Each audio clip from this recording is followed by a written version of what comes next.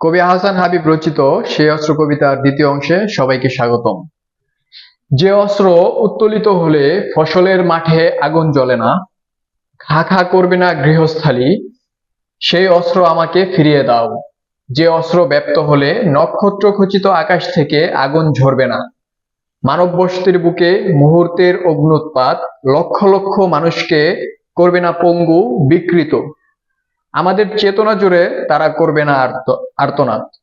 কবি এখানে সেই অস্ত্র কবিতাটির মাধ্যমে যা বুঝিয়েছেন সেটা হচ্ছে, ভালোবাসা নামক যে অমোঘ অস্ত্র কবিতার শুরুতেই কবি বলেছিলেন, সেই অস্ত্রটির কথা আবারও এখানে বলা হচ্ছে যে ভালোবাসা উত্তোলিত হলে ফসলের মাঠ পড়বে না, অর্থাৎ কোনো সন্ত্রাসী কর্মকাণ্ডের কারণে কোনো ধরনের ফসলের মাঠ আর ক্ষতিগ্রস্ত হবে না কোনো সামাজিক ক্ষয়ক্ষতি।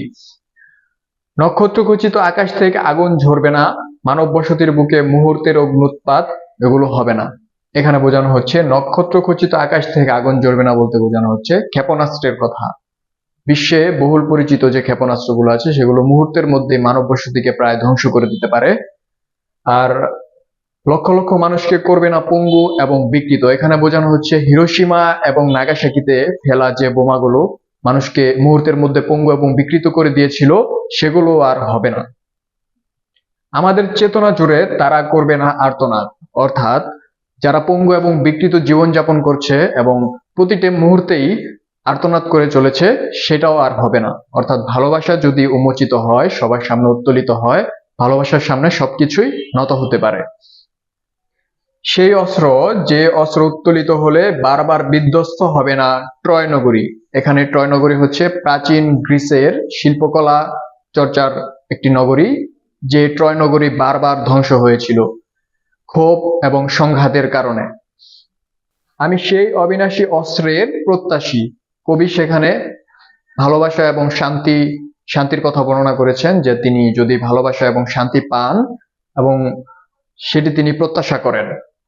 যে ঘৃণা বিদ্বেষ অহংকার এবং যাত্রাভিমানকে করে বারবার পরাজিত।